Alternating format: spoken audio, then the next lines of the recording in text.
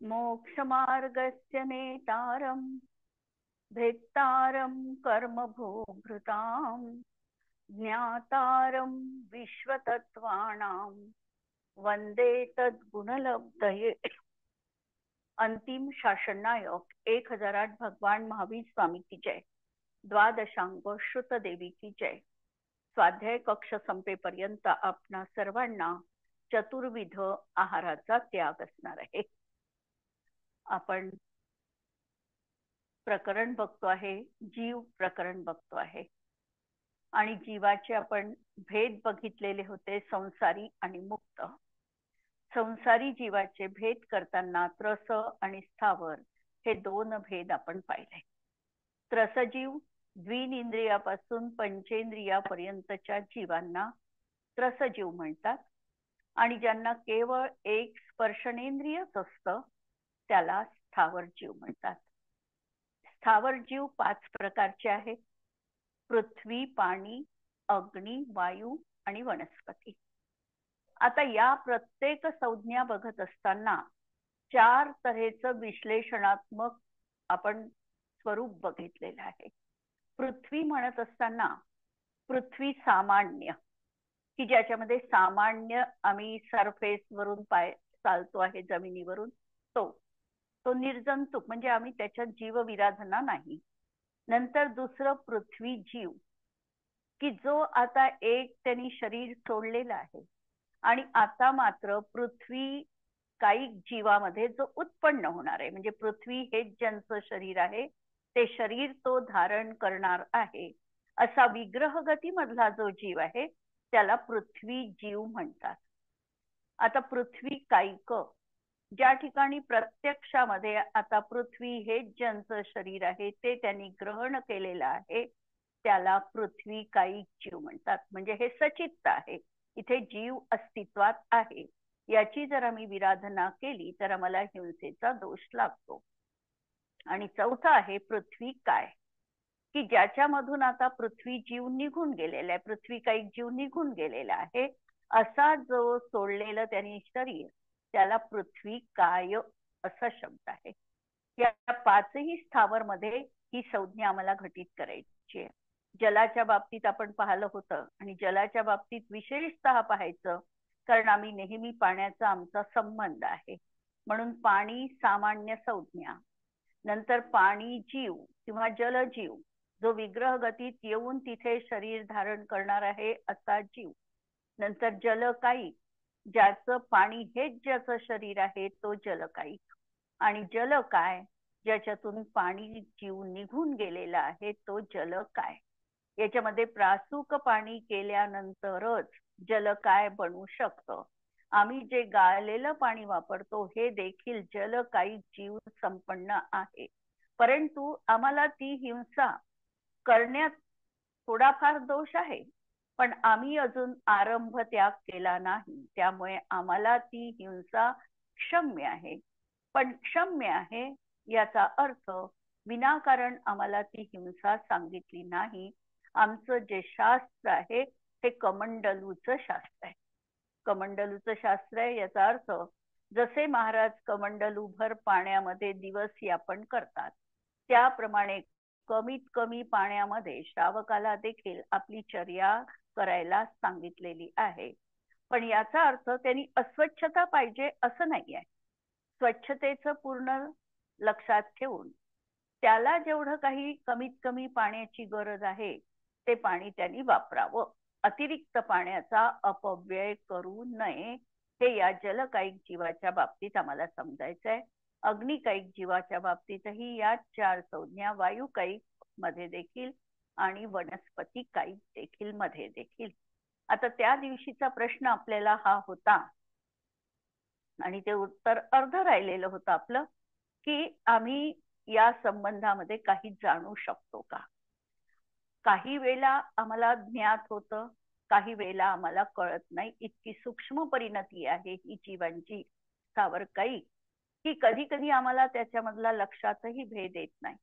परंतु पृथ्वी कायिकाच्या बाबतीत जोपर्यंत आता हे दगड असतात, म्हणजे खाणीतला दगड असतो, लोखंड असतं, तांबे असतं, शिसा असते किंवा चांदी, सोनं यांच्या ज्या खाणी आहे, या खाणीमध्ये जोपर्यंत ती खाण आहे, जिवंत खाण आहे, तोपर्यंत त्याच्यामध्ये पृथ्वी काही जीवाची निर्मिती होत आहे.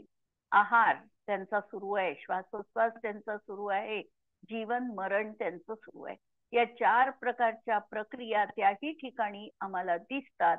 आणि जसं ते खाणीतून आम्ही द्रव्य बाहेर काढतो, सोनं खाणीतून बाहेर काढलं किंवा चांदी खाणीतून बाहेर काढली, की मग ती त्या ठिकाणी पृथ्वी काय म्हटल्या जाते. ती पृथ्वी काय झाली, म्हणजे आम्ही जे दागिने वगैरे वापरतो हे पृथ्वी काय आहे. आणि जोपर्यंत ते सोनं किंवा चांदी खाणीमध्ये होती, त्यांच्यामध्ये वाढ होत होती, त्यांचा तेथे श्वासोच्छ्वास देखील सुरू होता, जीवन मरणाची प्रक्रिया सुरू होती, तोपर्यंत ते खाणीमधलं सुवर्ण पृथ्वी काईक म्हटल्या जात होतं. आता पृथ्वी जीव जो धारण करणार आहे ते शरीर, तो पृथ्वी जीव आहे. आणि वरचं जे आम्हाला काही दिसत आहे की जिथे काही जीवाचं अस्तित्व नाही जाणवत, ते पृथ्वी काय असणार आहे. 4ही तऱ्हेने आम्हाला हे लावायचं आहे. आणि वनस्पतीच्या बाबतीत आम्ही अगदी प्रत्यक्षामध्ये वनस्पतीच्या बाबतीत आम्ही बघू शकतो की वनस्पती एखादी वाढते आहे आणि वनस्पतीला जीव असतो, श्वासोच्छ्वास आहे, हे सिद्ध देखील आज विज्ञानाने केलेलं आहे. त्यामुळे वनस्पती जीव आहे. आणि जे वाळलेलं लाकूड आहे, ज्यापासून आम्ही फर्निचर बनवतो, जे आम्ही घरामध्ये यूज करतो आहे, किंवा आम्ही सरपण म्हणून जुन्या काही वापरल्या जात होतो, चुलीमध्ये लाकडं जाळल्या जात होती, ही सगळं जे काही आहे, सरपण म्हणा, आज फर्निचर ज्याच्यापासून बनतं म्हणा, किंवा झाड तोडलं तर समजा ते वाळतं, आणि ते वाळलेलं जे झाड आहे हे पृथ्वी काय आहे.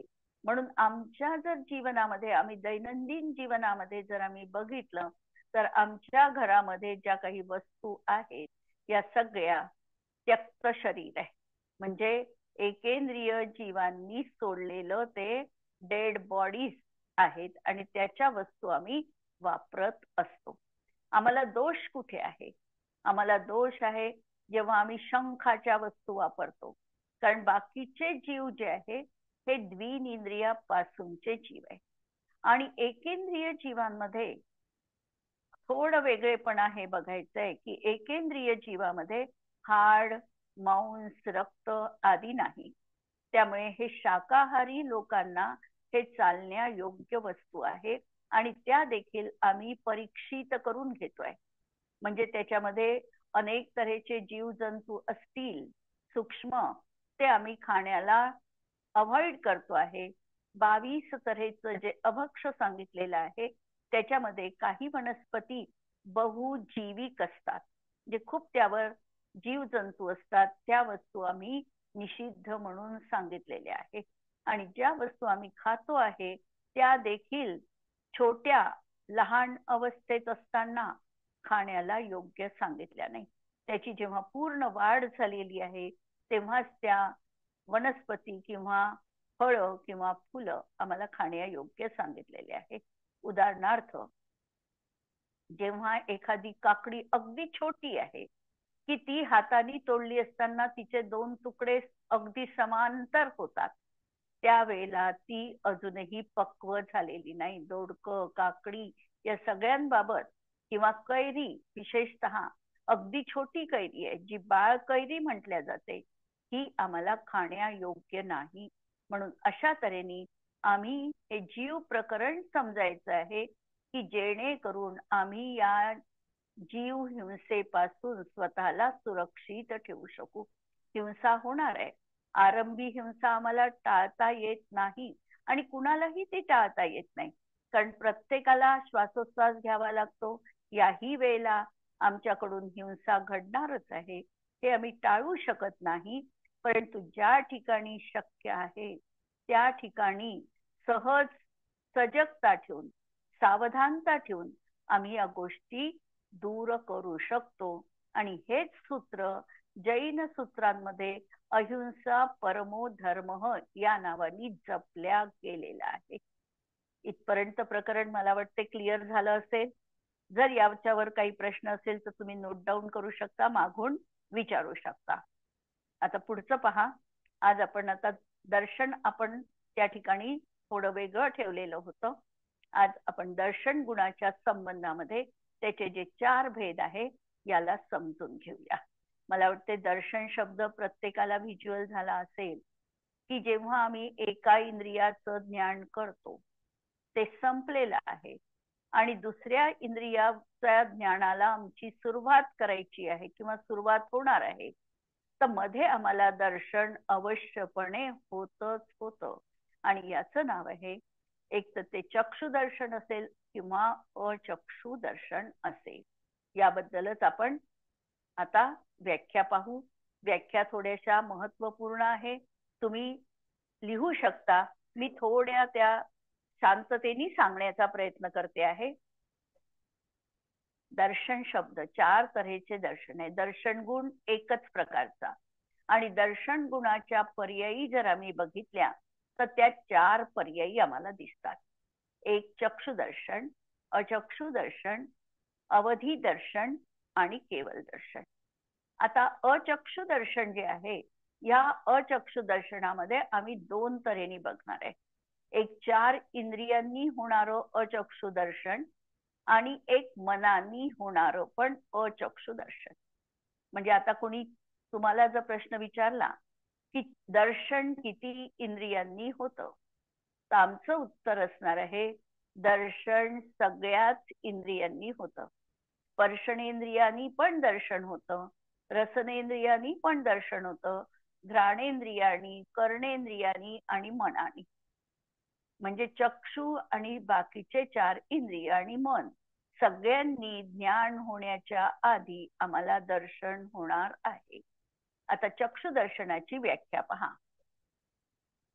पहिल्यांदा तर आमचं जे दर्शन हा गुण आहे, याच्यामध्ये 3 दर्शन आमची क्षायोपक्षमिक आहे. क्षायोपक्षमिक शब्द देखील समजणं गरजेचं आहे. क्षायोपक्षमिक मध्ये क्षय आणि उपशम असे 2 शब्द आहे. याचा अर्थ आमचा जो अवलोकन करण्याचा गुण आहे, आमचा जो दर्शन गुण आहे, हा शक्ती अपेक्षेने प्रत्येक जीवामध्ये विद्यमान आहे. अनंत दर्शन करणं हा जीवाचा स्वभाव आहे. जसं आम्ही सिद्धांमध्ये लावतो केवल दर्शन, तर तो आमचा स्वभाव आहे. पण या स्वभावावर कर्माच्या निमित्ताने आवरण पडलेलं आहे. त्यामुळे आम्हाला केवल दर्शनाची पर्यायी मध्ये प्राप्ती आज नाही.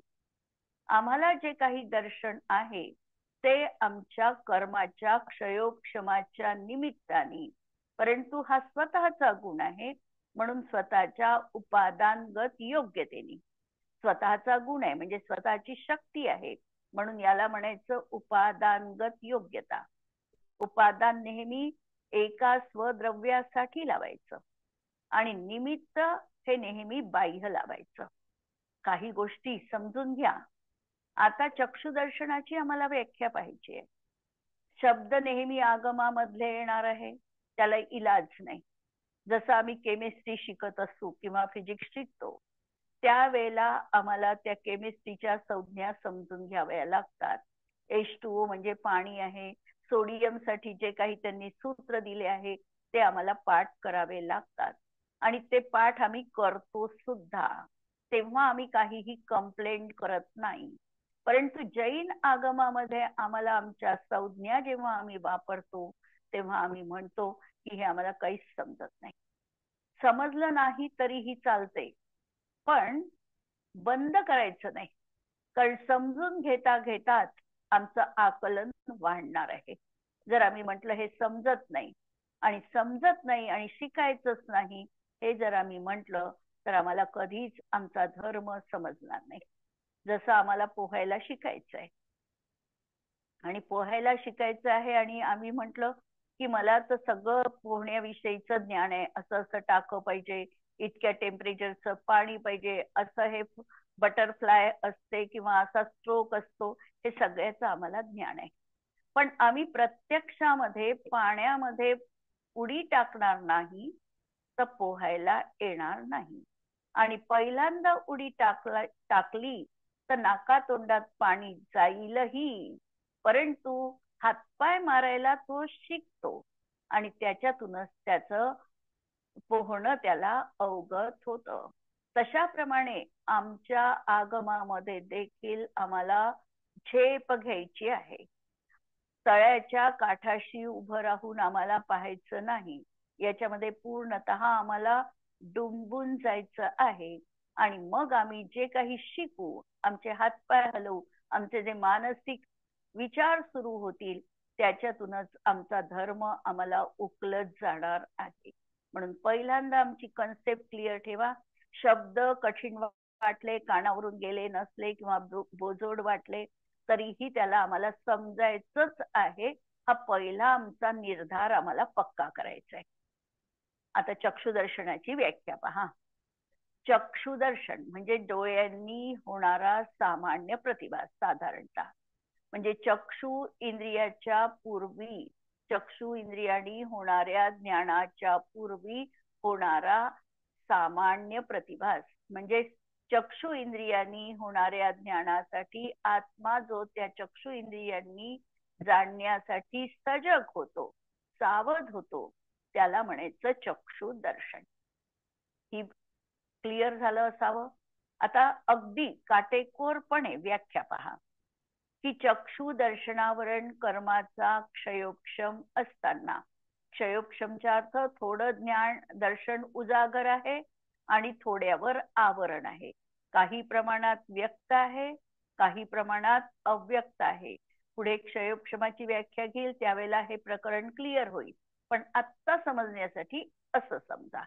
म्हणून क्षयोक्षम असताना बहिरंग द्रव्येंद्रियाच्या अवलंबनाने, बहिरंग म्हणजे आमच्या म्हणजे शरीरावर जे चक्षु इंद्रिय आहे याला म्हणायचं बहिरंग द्रव्येंद्रिय.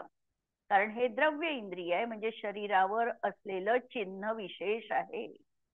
म्हणून बहिरंग द्रव्येंद्रियाच्या अवलंबनाने मूर्त सत्ता सामान्याला, चक्षु इंद्रियांनी जे आम्ही अवलोकन करणार आहे तो आम्ही केवळ मूर्तिक पदार्थ अवलोकन करू शकतो.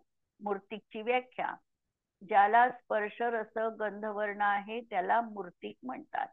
म्हणून आम्ही जे जाणणार आहे, अवलोकन करणार आहे चक्षु इंद्रियांनी, ते केवळ मूर्त पदार्थांना, मूर्त म्हणजे जे स्पर्श रस गंधवर्ण पदार्थ आहे त्याला चक्षु इंद्रिय अवलोकन करू शकतो किंवा जाणू शकतो.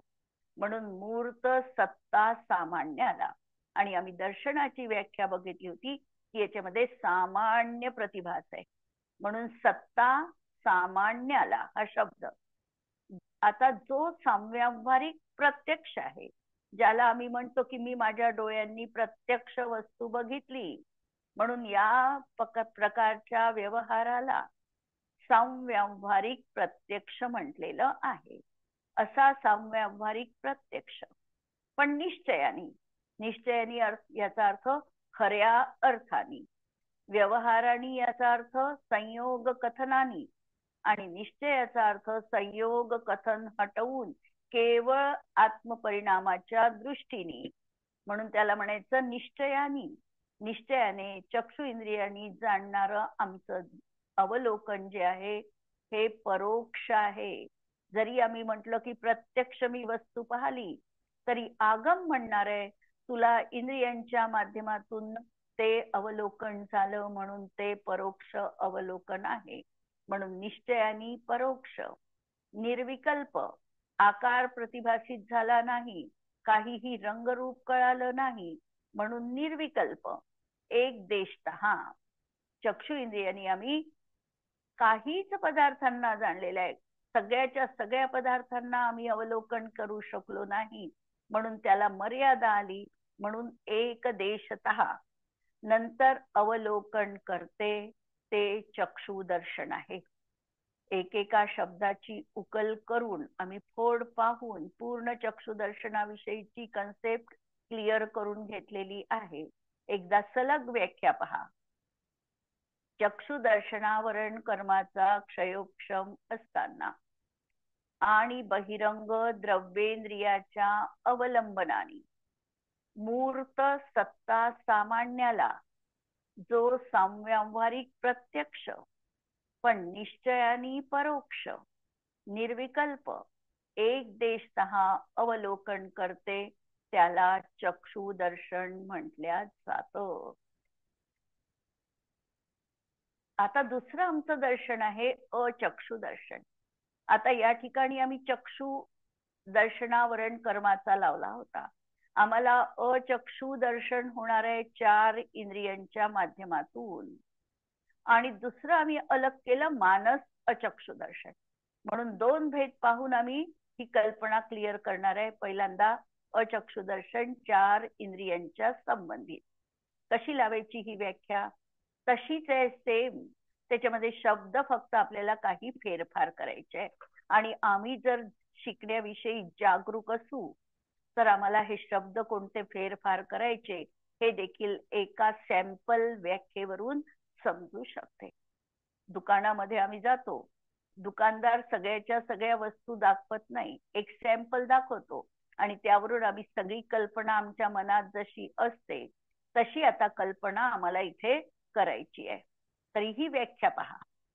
आता चक्षु दर्शनावरण कर्माचा क्षयोपशम असताना हे आम्ही लावलं होतं. आता या अचक्षु दर्शनामध्ये स्पर्श, रसना, घ्राण आणि श्रोत्रेंद्रिय या आवरणांचा या कर्माचा क्षयोपशम असताना, याच्यावरील आवरणाचा क्षयोपशम असताना, म्हणजे स्पर्श दर्शनावरण कर्माचा क्षयोपशम असताना त्या बहिरंग द्रव्येंद्रिय अवलंबनाने स्पर्श असेल तर स्पर्शनेंद्रियाने जाणल्या जाईल, रस असेल तर रसनेंद्रियाने जाणल्या जाईल, घ्राण असेल तर नाकानी जाणल्या जाईल आणि श्रोत्र असेल तर कर्णाने जाणल्या जाईल. तर अशा तऱ्हेने त्या बहिरंग म्हणजे त्या विशिष्ट याला तेच द्रव्येंद्रिय लागणार आहे.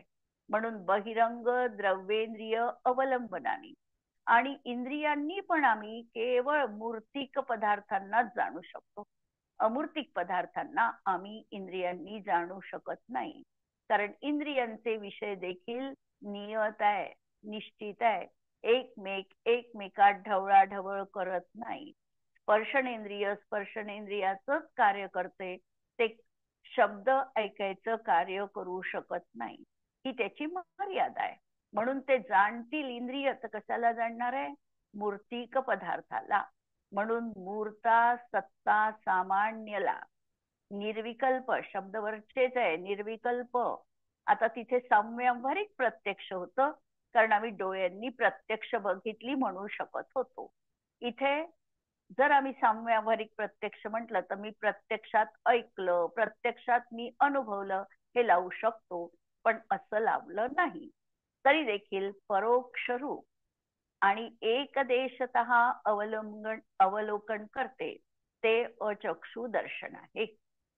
म्हणून ही दुसरी व्याख्या परत पहा. स्पर्श, रसना, घ्राण, श्रोत्रेंद्रिय यावर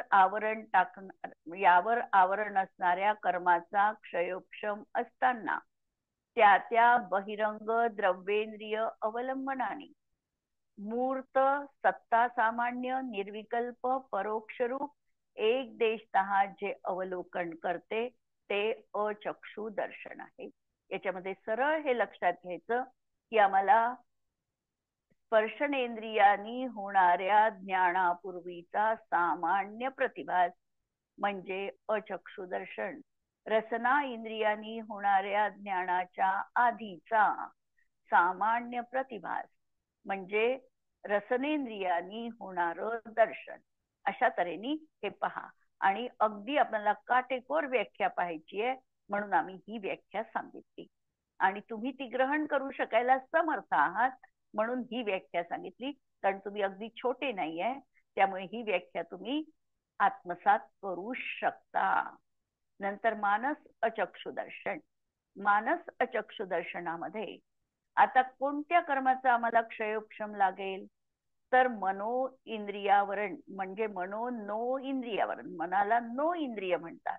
म्हणून मनो नो इंद्रियावरण कर्माचा क्षयोक्षम असताना. आता फरक कुठे पडला? या ठिकाणी मनाच्या द्वारे जे आम्हाला काही दर्शन होणार आहे, हे याला सहकारी कारणभूत असणारे ते आमच्या अष्टपाकोळी आकार द्रव्य मनाच्या अवलंबनाने. आमच्या हृदयस्थानी अष्टकमलाकार पाखुडीसारखं मन आहे आणि या द्रव्य मनाचं अवलंबन आहे. म्हणजे अंतरंग कारण असणार आहे मनो नो इंद्रियावरण कर्माचा क्षयोक्षम, हे अंतरंग कारण. बहिरंग कारण असेल अष्टपंखुडी आकार द्रव्य मनाच्या अवलंबनाने. आतापर्यंत आम्ही 2 दर्शन पाहिले, मूर्त पदार्थांचं बघितलं. या ठिकाणी आम्ही जे बघते मूर्त आणि अमूर्त अशा दोन्ही समस्त द्रव्यांमध्ये सत्ता सामान्याला.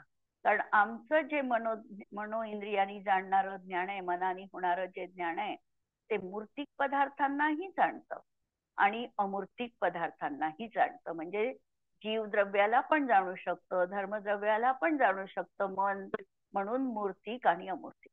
पण आमचं चक्षुदर्शन किंवा अचक्षुदर्शन हे मात्र आम्ही त्यांनी जाणता येत नाही जीवद्रव्याला किंवा धर्मद्रव्याला, पण मनाने मात्र आम्हाला अवलोकन करता येऊ शकतं. म्हणून मूर्त आणि अमूर्त अशा समस्त द्रव्यांमध्ये सत्ता सामान्याला परोक्ष रूपाने निर्विकल्प एक देशतः अवलोकन करते, ते मानस अचक्षु दर्शन म्हटल्या जातं. 3 व्याख्या आपण या ठिकाणी बघितल्या दर्शनाच्या. आणि पुढच्या क्लासमध्ये आपण अवधी दर्शन आणि केवल दर्शनाची व्याख्या पाहू. या व्याख्या पचनी पडू द्या. आणि आता तुम्हाला काही मिनिटांचा वेळ देते आहे मी. जर तुम्हाला यावर काही प्रश्न विचारायचे असतील तर ते तुम्ही प्रश्न या ठिकाणी विचारू शकता. मी म्यूट काढलेला आहे, तुम्ही प्रश्न विचारू शकता. ताई, अचक्षुदर्शनावरून कर्माचा क्षयोक्षम असं नाही म्हणता येणार का? अचक्षु दर्शनामध्ये पण घ्याल काय? प्रत्येक घ्यावं लागेल ना, इंडिव्हिज्युअल. अचक्षु दर्शनावरून कर्माचा क्षयोक्षम तर आहेच, प्रश्न नाही आहे, तो सामान्य कथन झालं. पण ज्या वेळेला आम्हाला स्पर्शनेंद्रियांनी होणारं अचक्षु दर्शन पाहायचं आहे, विशिष्ट बारीक आणखी, सामान्य कथन तर आम्ही म्हणू अचक्षु दर्शनावरण कर्माचा क्षयोक्षम, परंतु त्यामध्ये देखील स्पर्श इंद्रियांनी होणारं अचक्षु दर्शन जर आम्ही गृहीत धरलं तर आम्हाला स्पर्श इंद्रियांनी होणाऱ्या त्या दर्शनावरण कर्माचा क्षयोक्षम लागणार आहे. ठीक आहे? हो. हा. अजून कोणाला यावर काही प्रश्न? प्रश्नांनी आपलं ज्ञान क्लिअर होते. शंका असेल तर विचारू शकता. ही अग्नीची सांग ना ताई परत. म्हणजे अग्नी काय, अग्निकायिक, अग्निजीव, म्हणजे अग्नीमध्ये कसं लावता येईल? अग्नीमध्ये जेव्हा आपण आता प्रत्यक्षामध्ये काडीची पेटी लावलेली आहे, म्हणजे माचीस जाळलेली आहे, त्यावेळेला तो जीव आहे तो अग्निकायिक झाला. आणि आता तिथे अग्नी उत्पन्न झाली, तो कायिक आहे. पण तो अग्नी उत्पन्न करताना कोणता ना कोणता जीव तिथे उत्पन्न झालाच आहे, आलाच आहे. तो विग्रहगती मधला जीव अग्निजीव झाला. आणि जशी आम्ही काडी विझवली किंवा आम्ही आमची समई जळत आहे, समई बंद केली, तर ती अग्नी काय झाली? अग्नीचं सामान्य, पहिल्यांदा तर सामान्यामध्ये काही आम्हाला विशेष पाहता येत नाही. जेव्हा आम्ही माचीस जाळली त्या समयात कुठून तरी तिथे जीव उत्पन्न झालेला आहे, कुठून तरी तो आला आहे आणि तिथे जन्म धारण केलेला आहे. त्यांनी जन्म धारण केला, हा त्याचा झाला अग्नी जीव. प्रत्यक्षामध्ये ज्वाला जळली, हा आहे अग्निकायिक. आणि जेव्हा विझली तेव्हा अग्नी काय, तेव्हा अग्नी वायू काय? अग्नी काय शेवटी हम्म. राख आहे, समजा गरम राख असेल, गरम राख आहे तोपर्यंत पण अग्निजीव आहे. हम्म. आणि जेव्हा विझली ती म्हणजे शांत झालं त्यावेळेला अग्नी संपलेला आहे. आणि आमच्याकडे अग्नी म्हणजे साधारणतः आम्ही सुतक हे 3 दिवसाचं पहिल्यांदा महत्वाचं असतं आणि तिसऱ्या दिवशी आम्ही सावडण वगैरे सगळ्या क्रिया करतो. याच्या मागे देखील अगदी आमचं वैज्ञानिक आणि धर्मसिद्ध कारण हे आहे की अग्निजीवांचं आयुष्य हे जास्तीत जास्त 3 दिवसाचं सांगितलेलं आहे. त्यामुळे 3 दिवस पर्यंत आम्ही त्याला स्पर्श करत नाही किंवा काही करत नाही. तिथे आज वेगळी पद्धती आहे, ते आजची सोडून द्या. जुनी पद्धत जी आहे ती ही होती. म्हणून तिसऱ्या दिवशी जी प्रक्रिया होत होती ही त्या ठिकाणी ते अग्नी काही जीव शांत झाले आहे पूर्ण, म्हणजे अग्नी काय बनलेला आहे आणि काय बनल्यानंतर मग त्या ठिकाणी ती प्रक्रिया सुरू होत होती. आणि वायुकायिक मध्ये मग वायू सामान्य समजा आम्ही पंख्याचं बटन दाबलं, वायुजीवचं सामान्य वायुकायिक मध्ये पंख्याचं बटन दाबलं आम्ही, इलेक्ट्रिसिटी ऑन झाली. इलेक्ट्रिसिटी ऑन झाल्याबरोबर तिथे वायू जीव आलेला आहे आणि चालायला म्हणजे आला, तिथे जन्मधारण केला त्यांनी आणि जन्मधारण केल्यावर लगेचच तो पंखा सुरू झाला. म्हणजे वायू कायिक आहे तो पंखा सुरू होणं. वायू कायिक कोणतेही तुम्ही इलेक्ट्रिकचं जरी ॲपरेटस घेतलं आणि ते जरी वापरलं तुम्ही तर त्या ठिकाणी एकेंद्रिय कायिक जीवांची विराधना होते आहे. ते झालं तिथे वायू कायिक जीव. आणि पंखा बंद केला त्याबरोबर ते थांबायचं फिरायचं थांबलं आणि मग वायू काय, तिथून जीव निघून गेला. ते तर कृत्रिम आहे ना ताई, पंखा. हो ना, तेच तर. कृत्रिम म्हणजे असलं तरीही ज्या ठिकाणी इलेक्ट्रिसिटी निर्माण होते आहे ती कशी होते, कृत्रिम आहे. पण पंखा नाही लावला समजा, आपण साध्या वातावरणातच आहे, तर साध्या वातावरणात तर त्यांचे हे पहा, वायुकायिक जीव तर सर्वत्र वातावरणात भरलेलेच आहे, सूक्ष्म आणि बादर. आम्ही सूक्ष्म जीवांची विराधना करू शकत नाही. सूक्ष्मजीव आपल्या आयुनी येतील आणि आपल्या आयुनी मृत्यूला पावतील. आमच्याकडून जी हिंसा होते ती बादरकायिक जीवांची पाहायची आहे. तर त्या ठिकाणी हा जो वारा आहे या वाऱ्यामध्ये देखील नैसर्गिकरित्या आमचा श्वासोच्छ्वास सुरू आहे, आम्ही त्याला रोखू शकत नाही, काही करू शकत नाही, तरी वायुकायिक जीवांची हिंसा त्या ठिकाणी घडते आहे. आम्ही साधा हात जरी वातावरणात हलवला, अगदी स्थिर बसलो, न कळत आमचा हात हलतो किंवा आमचं बोलतो आम्ही तर तोंड हलतं, सगळं काही, तर इथे वायुकायिक जीवाची हिंसा होतेच होते. पण आमचा भाव नाही आहे तो हिंसा करायचा आणि आम्ही सावध होऊन क्रिया करतो आहे. तत्वार्थ सूत्रामध्ये व्याख्या दिली, प्रमत्त योगात प्राणव्यपरोपणम हिंसा. प्रमत्त योग जिथे आहे म्हणजे मला स्वच्छंद वागायचंय, मला कोणतंही पाहायचं नाही, अशा भावनापूर्वक आम्ही क्रिया करत असू तर तिथे आम्हाला हिंसेचा दोष आहे. आणि आमच्या मनामध्ये जीवाच्या प्रती करुणा भाव आहे, पण ह्या सगळ्या हिंसा अपरिहार्यपणे आमच्याकडून होतात आहे, त्याच्यावर आमचा वश चालत नाही आणि म्हणून त्या ठिकाणी त्या हिंसेचा आम्हाला दोष लागत नाही. पण हिंसा होत नाही असं नाही, हिंसा होतेच आहे. क्लिअर प्रकरण? अजून प्रश्न का? आता हे जे 3 दिवसाचं सुतकाचं तुम्ही सांगितलं, हो, तर त्याचा आणि आपल्या घरातल्याचा काय गोष्टी, तो तर व्यक्ती आपण बाहेर नेला स्मशानामध्ये, मग घरामध्ये आपल्याकडून जाळल्या गेलं म्हणजे किती अग्निकायिक जीवाची विराधना झाली, तिथे असणारा वायुकायिक जीव बाधित झालेला आहे, आम्ही लाकडं वापरले, वनस्पतिकायिक जीव बाधित झालेले आहे, अनेक तऱ्हेचं त्या ठिकाणी आम्हाला पाप लागलेलं आहे ज्वलन प्रक्रियेमध्ये. आणि त्याचं प्रायश्चित्त म्हणून आम्ही स्वतः अशुद्धी अनुभवतो. आणि जेव्हा आमच्या घरातली व्यक्ती जाते त्यावेळेला दुःख असतं आमच्या जीवनात आणि म्हणून दुःखाच्या याच्यामध्ये कोणतीही शुभ क्रिया करण्याचा आम्हाला निषेध केलेला आहे. अच्छा.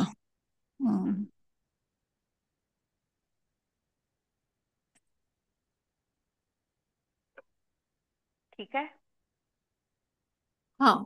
जिनवाणी स्तुती करून आपण क्लास संपू.